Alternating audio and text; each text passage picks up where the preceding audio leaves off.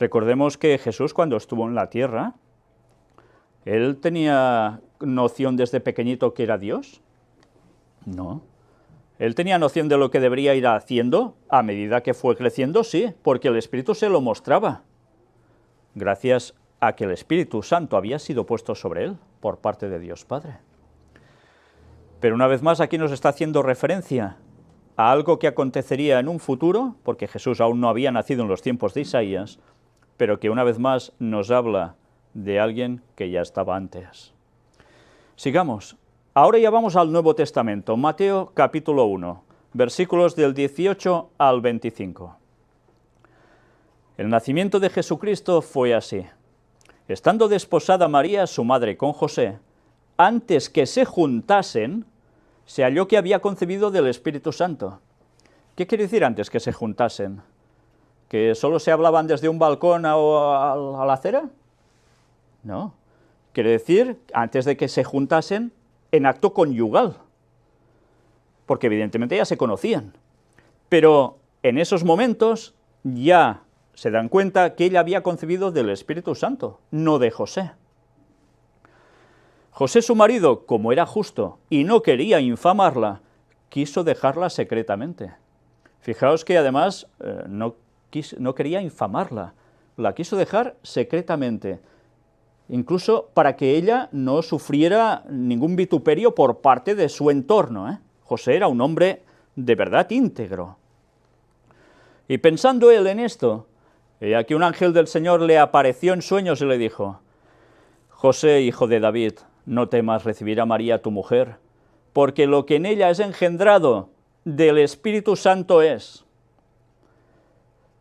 Bueno, esto ya tiene que empezarnos a hacer pensar, sobre todo a las personas que hablan de Jesús exactamente igual como cualquiera de nosotros.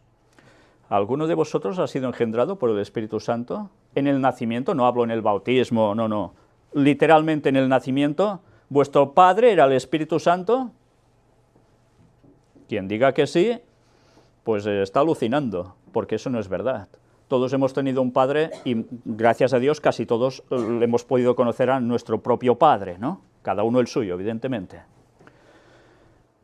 Pues aquí nos dice que fue engendrado del Espíritu Santo. Y mirad qué nos dice ahora: y dará a luz un hijo, y llamará su nombre Jesús, porque él salvará a su pueblo de sus pecados. Jesús, que significa Salvador. Una vez más, ahora aquí me he de detener con algo que se comentaba en la escuela sabática, los nombres en hebreo. Solo se puede decir en hebreo Jesús, tiene que ser Yoshua, si no, no se puede decir. Que los nombres no se pueden traducir, llegan a decir. Me gustaría saber, a ver, qué lumbreras se llegó a inventar que los nombres no se pueden traducir. Porque en todos los idiomas los nombres se pueden traducir. Pero sabéis, como hay gente que es ignorante y quiere seguir siendo ignorante, les va bien que alguien ha dicho ese concepto para abrazar este concepto de decir, pues no se puede cambiar y solo hay que decir Yoshua. Y que Jesús significa, bueno, ni os lo digo, pues salvajadas. Una vez más, los judaizantes la están liando, como en los tiempos de Pablo. La historia no cambia para nada, se repite, y ahora peor que antes. Jesús salvará a su pueblo de sus pecados. Todo esto aconteció para que se cumpliese lo dicho por el Señor por medio del profeta cuando dijo: He aquí una virgen concebirá y dará a luz un hijo y llamará su nombre Emmanuel, que traducido es Dios con nosotros. Emmanuel, aún queda en los términos españoles el nombre de Manuel. Manuel, en definitiva, es el Emmanuel, Dios con nosotros. Pues ya dice que lo decía el profeta anteriormente. Y en María se cumplió esto como un hecho, al tener a Jesús. Y despertando José del sueño, hizo como el ángel del Señor le había mandado y recibió a su mujer. Fijaos qué coraje también, el de José, que podía decir, bueno, sí, esto me lo dice un ángel, pero yo qué sé, ¿no? Igual ha sido...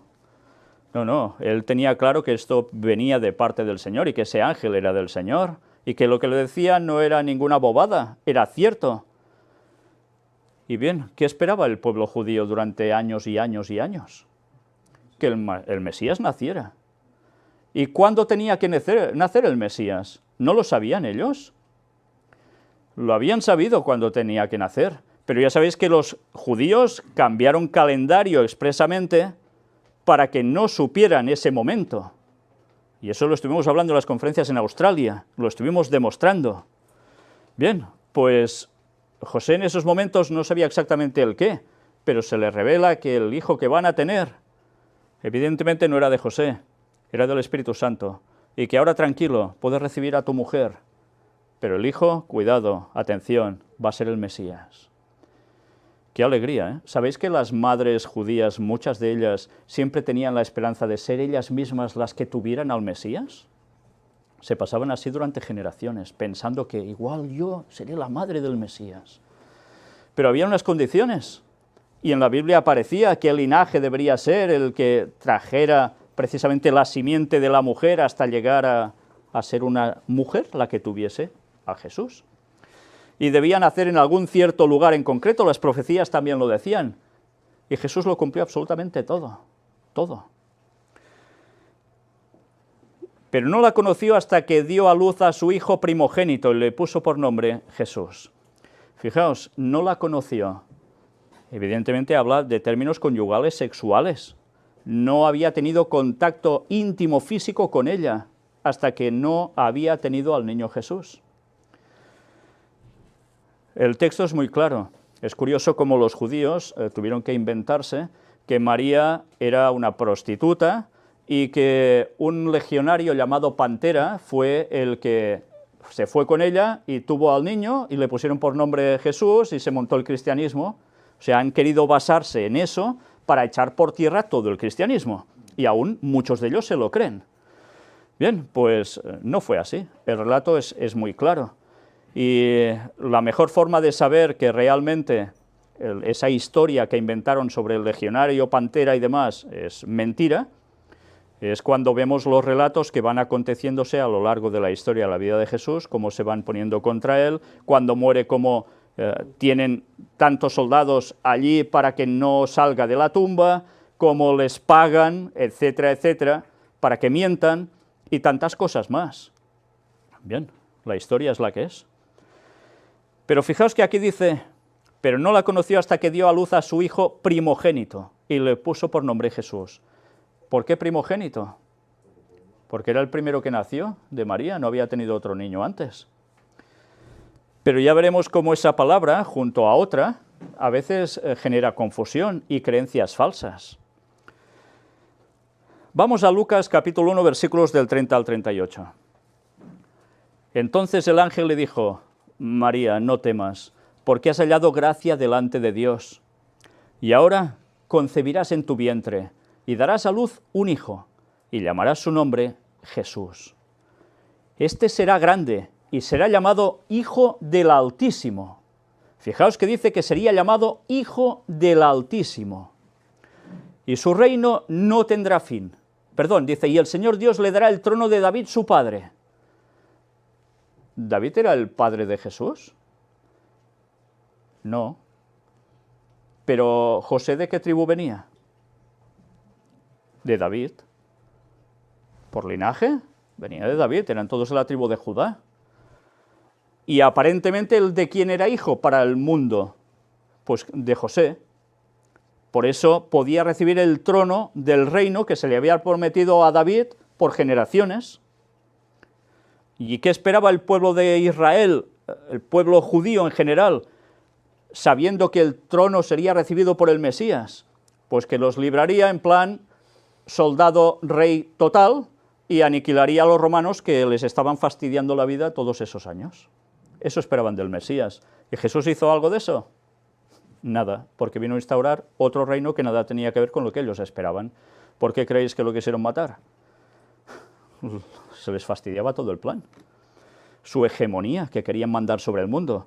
¿Qué pretende el sionismo en la actualidad? Exactamente lo mismo. ¿Por qué quieren el tercer templo de Jerusalén? ¿Para que todas las naciones vayan a adorar allí? Sí, pero ¿quién tendrá la preeminencia sobre todos? El pueblo judío, dicen. Eso es el sionismo, no todos los judíos aceptan eso. pero es una parte importante y que mueve mucho dinero, y que por desgracia está arrastrando a la mayor parte del mundo evangélico, porque apoyan el sionismo, incluso financiándolo. Y no son conscientes que cuando venga Satanás haciéndose pasar por Jesús, creerán que cumple toda la profecía. Imaginaos todo el mundo cómo va a caer en ese gran engaño. Todo el mundo, salvo los que conozcan de verdad la palabra de Dios y estén en contacto íntimo con Él. Porque de lo contrario, como decíamos antes en la escuela sabática, por un lado o por otro, nos la va a pegar. Satanás nos la va a pegar, porque es el maestro de la confusión. Bueno, pues sigamos, porque ya vemos que se hablaba de primogénito, ¿no? Sigamos ahora, volvamos a empezar. Entonces el ángel le dijo: María, no temas porque has hallado gracia delante de Dios, y ahora concebirás en tu vientre y darás a luz un hijo y llamarás su nombre Jesús. Este será grande, será llamado Hijo del Altísimo, y el Señor Dios le dará el trono de David, su padre, y reinará sobre la casa de Jacob para siempre. Jacob es Israel, ya sabéis que el nombre después se le cambió, por tanto, de toda la nación, y su reino no tendrá fin. Entonces María dijo al ángel: ¿cómo será esto? Pues no conozco varón. Recordemos que María era jovencilla, ¿eh?